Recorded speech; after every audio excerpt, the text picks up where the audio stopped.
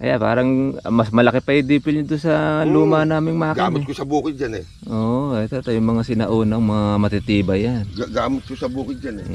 Nagpunta ako nung kuha, napakabigat yan eh. Oo. Nagpunta ako na yung dibatak na gano'n. Pero diesel din siya. Oo. Hindi na ano. Kaya naman ito, gaano po ba kalakas yung tubig niyan? Malakas din yan. Malakas din po. Buti itong kuha na ito, hindi po humina. Tubo? Oo. Nitong tagtuyo. Hindi naman siguro.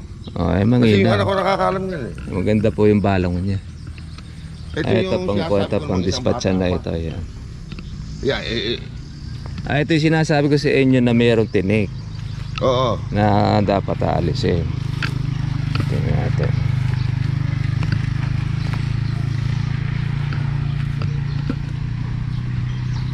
Yung matakot. Pamputol tayo sa ilalim yan. Pamputol po sa ilalim. Yan sabi, puno ano. Ito kuya, ito. Ito yung mahahabang tinik na parang suha. Opo.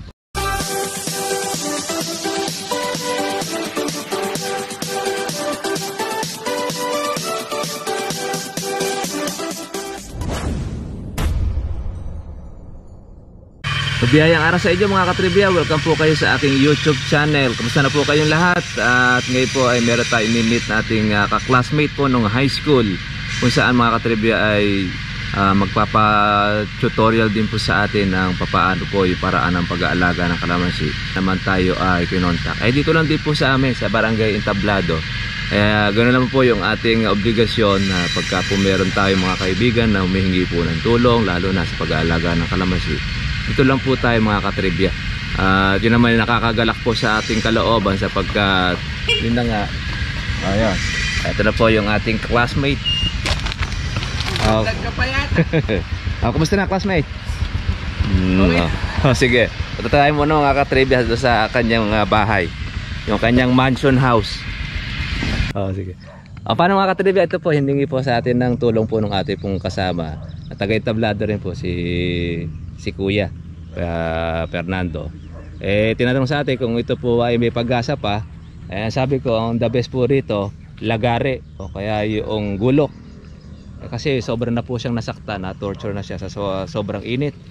Ganyan, natutuyo na po siya. Yung mga sanga, matagal na po ito bago makarecover. Magsasayang lang po ng abono. Saka ganito po mga katribya, sa atin po mga kaibigan, wag po kayong manghinayang na putulin yung ganito. Dahil pag yan ilagay nyo ng abono mga katribya ay gagastos lang kayo ng malaki, hindi naman nyo mababawi.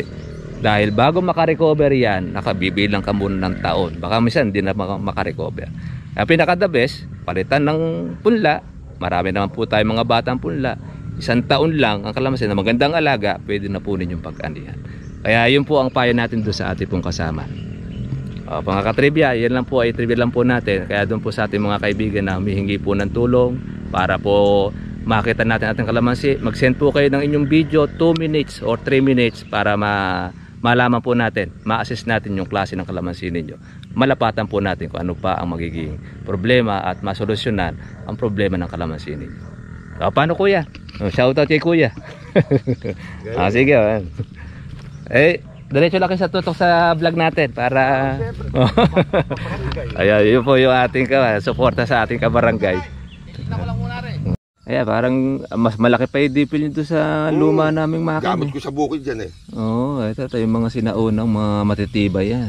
Gamit ko sa bukid yan eh. Nagpunta ako nung kuha, napakabigat yan eh. Nagpunta ako na yung dibatak na gano'n.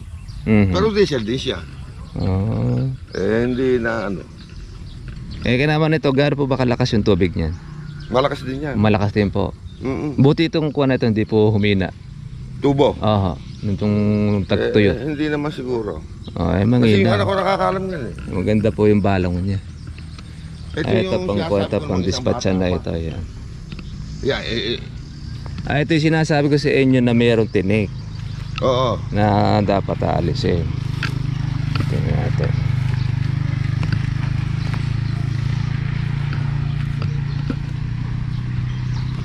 Yung matakot. Pamputol tayo sa ilalim yan. Pamputol po sa ilalim. Yan sabi, puno ano. Ito kuya, ito yung mahahabang tinik na parang suha. Opo, yan ang Ito, yung pinang-aalis yan. Ito ang aalisin. Eh, yung isang matangkad na yun. Iri. Pero wala matang tinik yan. Ito, wala naman pong tinik eh. Hindi na. Kalamansi ito. Kalamansi ito. Oo. Ito lang ang aalisin nyo. Hindi ba dapat putulin yung matangkad na yan? Ito. Oo. Pwede nyo puputulin dito para hindi po kumuhan siya. Tumayog. Tumayog. Kasi matayog na siya. Ito, pang alis yan. Yung mga mahahabang tinig nito yan. Yung maliliit yan eh. Pinupronik, inaano ko yan eh. Kinukurot ko yan eh. Ito. Kaya mahaba talaga yan, mahaba tinig. Ito rin, no? Grafted po ba ito, kuya? Oo, grafted yan. Kaya lang, ba't maraming ganyan yan? Parang iba yata, nakatubo at... Iba yata punlan ng kuwan din yun. Tsaka sabi ko, ba't nung maliit yan, tinatanggal ko na yan eh. Ba't ngayon eh, napabayaan ko na nga yan. Eto, ito eh. Mukhang mukha ito yung kalamunding eh. Ito, pang alis ito. Malaki, nadaig na yun talagang kalamansi. Yan yung kalamunding. Nakuha ko kinuha kasi yan. Baka na sa punla. Hanggang maligaya na ako unang kunti. Oo. Sa punla. Sa punla yan. Kaya sa mamayan kumukuha ng punla. Sa Talisay, Batangas po tayo, minakuha na tayong bagong punla, bata. Ngayon, opo. Ang assessment natin mga katribya doon sa ating ka-farmers na humihingi po ng tulong ng ating payo. Ano yung magandang gawin doon sa kanyang kalamansi. Nakita po natin po yung itsura po ng kanyang dahon. Tinarin yung kanyang puno at marami pong mga sangang tuyo na rin. Ang pinaka the best po doon ay ang putol, palitan ng panibago dahil yon ay halos ang buong araw na kung saan ay hindi po inalagaan.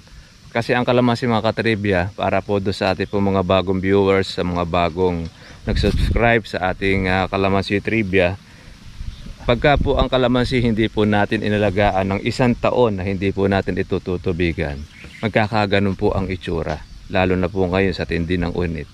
Dahil pati rin po mga katribya, yung init po ng panahon ngayon, iba po sa init ng mga nakakaraan. Grabe ngayon dahil naasog pa ngayon tuloy yung tag-araw. Kaya doon po sa ating po mga kaibigan, mga ka-farmers na magpaplano po na magtanim po ng kalamansi, mas maganda po ang kalamansi ay wag po natin siyang pababayang hindi po tubigan. Tingnan niyo po, sa tindi po ng init po ng kalamansi ay nagbabalatsiko po ang mga bunga. Ayan o, ito yung isa sa nakikita po natin na sa tindi rin po ng init, lumalabas yan. Kaya kahit minsan, yan ay paglalagyan po natin ng abono, ay hindi rin po siya ganong gumaganda dahil sa tindi rin ng init. Ayan no, nagbabalansi po.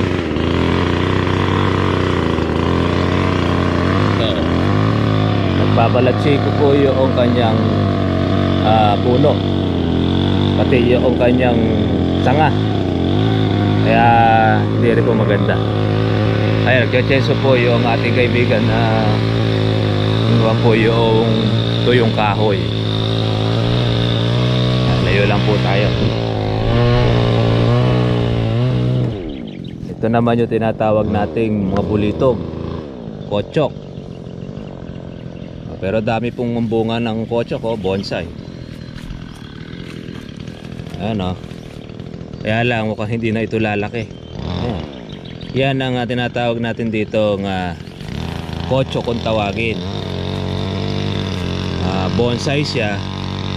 Maliliit ang bunga, pero medyo lumalaki rin. Kaya pagka medyo palalausin po natin, dahil yun ang resulta. Ito po ang isa pong kalamansi. Hindi rin po ito gaano pinatatabaan, hindi rin po inaalagaan. Pero kung kasi siya ay natutubigan, ito yung itsura niya. Ay nako, mas malala yung doon sa ating kaibigan. Kaya kung halimbawa ganito ang itsura, may pag-asa pa ito. Pwede pa siyang alagaan. Ayan. Itong ganda kasi medyo malapad pa ang dahon. Ganda-ganda pa ang dahon niya. Ayan, pwede pa ito makarecover pagka ganyan ang dahon. Pero mga trivia, kung kagaya ng isa, napino po yung dahon ng kanyang kalamansi, wala na, hindi na po makaka-recover yun. Kahit yun, dagdagan mo pa ng abono, sabugan mo pa ng marami ang abono, ang kalamansi, ay naku po, magsasayang ka lang ng pera at ng pagod, pati noong panahon. Kaya nga, pinayo natin doon sa ating pong kaibigan, sa may tatay ng aking ka-classmate, ay pinaka the best ay putol. Puputulin ang kalamansi, palitan ng panibago. Ngayon po doon po sa ating po mga ka-farmers, sa mga katribya natin, meron pong nagsasabi sa atin na maganda at magaling daw po siyang magpabunga ng kalamansi, iba siyang magpabunga. Tayo naman po mga katribya, hindi po mas maganda ang pagpapabunga niya kumpara sa atin. Kami po mga katribya, sa ating pong pagtuturo ng tutorial, nagpapabunga tayo ng kalamansi hindi dahil doon sa gagastos ka ng malaki, mamumuhunan ka ng malaki. Tama nga, maganda at maraming bunga ang inyong kalamansi. Pagdating naman doon sa timplahan ng gamot, ay sobrang tapang naman at mamamatay naman ang mag-i-spray. Ay dito na ako doon sa aking normal na templada na aani ka. Hindi man po ganun karami ang bunga, pero abot kaya ng inyong bulsa. Mas maganda yung abot kaya ng inyong bulsa. Ito yung tinatawag nating lahat ay pwedeng maka-avail. Yung sa isa nating kaibigan, maganda nga siya magpabunga, bantakin mo naman, magkano gastos? 80,000 sa isa niyang pagpapabunga. Kung matsyempohan kay bagsak ng presyo, o di, pag hindi ka nakabenta ng 100,000, makakalugi ka pa. Tayo mga katribya, pagka nag-alaga tayo, ginawa po ninyo yung ating instruction. Ito yung instruction na pinakamamenos at pinakamatipid natin pong ginagawa. Pag ito'y ginawa ninyo, tsak naman aanin naman kayo. Yun naman po ang ating pangako sa ating mga kaibigan, na binibigyan natin ng libreng tutorial para sila umani din, hindi doon sa na malaki ang gastos tapos hindi mo naman mababawi ang iyong pinuhunan. Kaya yun po, tayo naman mga katribya, ang ating tutorial, pwede kayo maniwala, pwede kayo hindi maniwala, nasa sa inyo. Sa akin, walang mawawala, dahil yung ating kaalaman na hindi binabahagi, binibigay lang namin sa inyo. Sundin ninyo, hindi nyo po sundin yung ating instruction, okay lang yun sa akin. Ang mahalaga, yung aking parte, yung tungkulin ko na ipaalam sa inyo yung pamamaraan, nasa inyong karapatan na yun kung gagawin nyo o hindi. Kaya tayo, tuloy tayo sa ating pagbablog. Tuloy po tayo sa pag-share ng ating kaalaman para sa ating mga bagong ka-farmers, mga bagong katribya. Siya madaling lumaki. Oo, kaya maiiwanan yung kalamansi niya. Kaya pala yung puro niya, manla iba itsura. Kaya yan po mga katribya po yung inaalis sa kalamansi yan. Kalamunting. Kalamunting yan. Pero namumunga rin po yung kalamunting na yan. Matanda. Tanda na. May 8 taon. Tako. Ayan, 8 taon niya bago magbunga ito. Tapos kinakain pa niya abono. Mas malakas pang kumain ito ng abono sa kalamansi. Iba pala itsura niya. Iba ang amoy rin niya. Amoy niya. Kaya kakaiba ang amoy niya sa talagang kalamansi tsaka yung dahon. Ay parang dayap. Basta dayap, tapos na yung kalamansi iba naman. Dayap nga siya amoy. Pero pag hindi mo kilala yan, patutuloyin mo dahil maganda ang bulas niya. Tsaka berde. Ang titina mo, nandyan yung taba. Pero yan ang walang bunga. Kaya pag alam sa kalamansi. Malakas lumaki ito. Pagka nakaibabaw rito, may iwanan na ito. Yung bilis nga ang kunya. Isang didiretso yan, magiging pinakakuha na yan. Ay, tindi naman ng tinik. Pag pala hindi magkakalamansi. Tuwan-tuwa siya. Pero ibabaw ito, may Ganda iwanan. ka ng kalamansi ko. Meron tayo ka-farmers mahaba pa dyan yung pinagtuloy niya. Kala daw niya kalamansi. Ganda ka ng kalamansi ko. Tataka daw siya, bakit siya wala ikang bunga? May mahaba tinik. May iwanan yung talagang kalamansi. Akala niya itong bunga nito puro kalamansi. Yan yung mga pinagdugtungan. Ito na mga tinik niyan. Haba. Ubod ng hat din makating. Pero ang gamot nito, kalamansi day. Pag natinikan ito, dumugo. Pagyan mo na kalamansi. Kaskasin mo. Mawala yung pinakang-update niya. Mo. Yung puno ko niya, gano'ng kalaki naabot ng kalamansi na yan? Abay, inabot parang suha. Malaki rin yan. Partisuhang Si Kuya Asli meron ganyan. matayag yan. Pero ang bunga po gano'n kalaki. Yung ganon. Para kiyat-kiyat lang. Bukol-bukol lang balat na kulay orange din. Titingnan mo, kala mo sarap. Ng ase. Kalamunding. Ay maasim siya tapos malagihay. Walang katas. Pag di mo na ako mapansin yan, ay talagang Kaya pala mapepeki ka. Nawili mo kalamansi. Oo. Ito naman, pag natinikan ito, at hindi mo alam yung panggamot dito, kinabukasan, akala mo yung nanay nasundot niya. Akala mo may naputol na naiwan. Para may kamanda. Pag nasundot mong gano'n, ubod na sakit. Alam mo may naputol. Ang style tibo, ano Oo. Pero malaki yung kunya, malaki yung tinig. Pero kaskasin mo ng kalamansi. Tatanggal po. Pag hapde. Pagkara ng hapde na yan, lana no. Hindi na siya magkukuha. Ay, nagputol ng kahoy siya yung ating kaibigan. Yan ang panggatong sa sitsaron. Kaya naman yan, maliyab na. Sandali po libo. Oo, yun lang, pagka ganyan. Mabilis lang ba maubos yan? Sandali po yan, bulok eh. Maganda yung sariwa lang. Medyo magandang sari-sariwa. Medyo sariwa. Maganda kung kalamansi kawan, mapuputol. Magkano po bro? Ito mga katribya po yung bunga ng matinding tagaraw. Hindi na po masyado makalaki ang kalamansi. Kaya halos ganyan na rin po ang size. Sa tindi ng init. Grabe. Pero ganun pa man. Meron tayo magandang balita. Medyo umuulan ng konti. Sana naman makahagip tayo ng magandang biyaya ng ulan. Kaya may lakas na sana dahil sabik na sa ulan yung ating mga kalamansi. Pati na rin yung ating ibang mga tanim na halaman. Ayan, mapatak-patak na. Ayaw ko mo siguro parang medyo mo okay po yung pondo natin, makakahagip tayo ng maganda-ganda. Ito ko naman sa sitsaron po ni Kuya. Ito yung ating kang sili. Tiklop na rin po ang dahon, kaya kailangan rin talaga na ulan. Yan ninyo mga katribya. Kaya pagkatapos nito magbibinhi po tayo nitong ating sili. Kaya nagdiretso po yung pag-uulan. Pagkain naman po ito ng kambing, kalabaw. Kaya ginhawa pagka naulan, makakapagtanim na po tayo dito sa ating kalamansi. Yan lang naman po mga katribya ang hinihintay po natin, yung malakas na ulan. Kasi pagka panahon po noong magsasabay tayo ng patubig, mahina na labas ng tubig ngayong tag-araw. Ako mo kasi matindi ang init. Hintayin na po natin yung ulan. Konti-konti lang naman para mailipat na yung ating kalamansi dito po sa ating pinatay. Yun.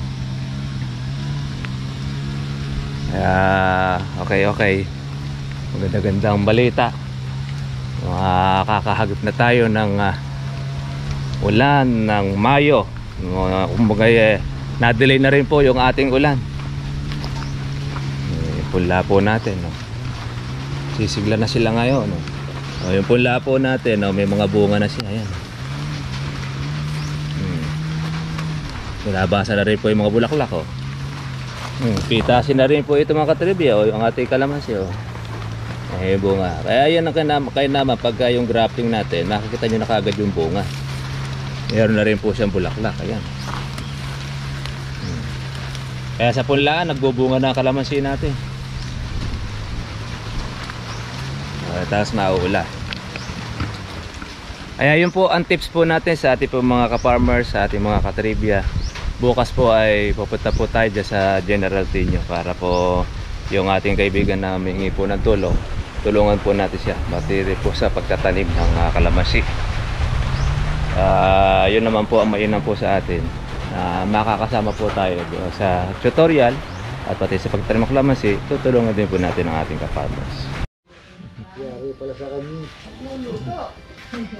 Shout out kay Jay, ang ating number 1 sa subscriber sa Kalamansi Trivia. Talagang namomonitor niya yung mga kuha natin, mga video Ayan. Nakakot na yung kalamansi mga katribya. Ayan, nakalaki na siya, no? Pero dapat malaki pa ilalaki sa tindi ng init eh.